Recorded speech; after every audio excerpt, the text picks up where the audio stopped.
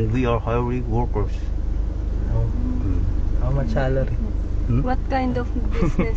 What kind of Shabu.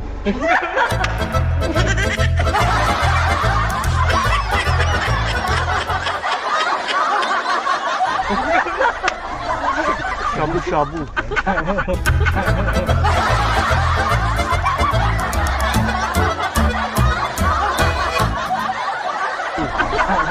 Hot pot. Yeah, you know hot pot? Yeah, hot pot. Yeah, hot pot. You speak Tagalog?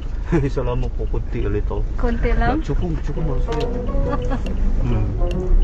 You understand Tagalog?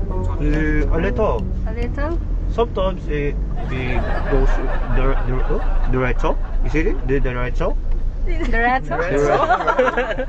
Paro.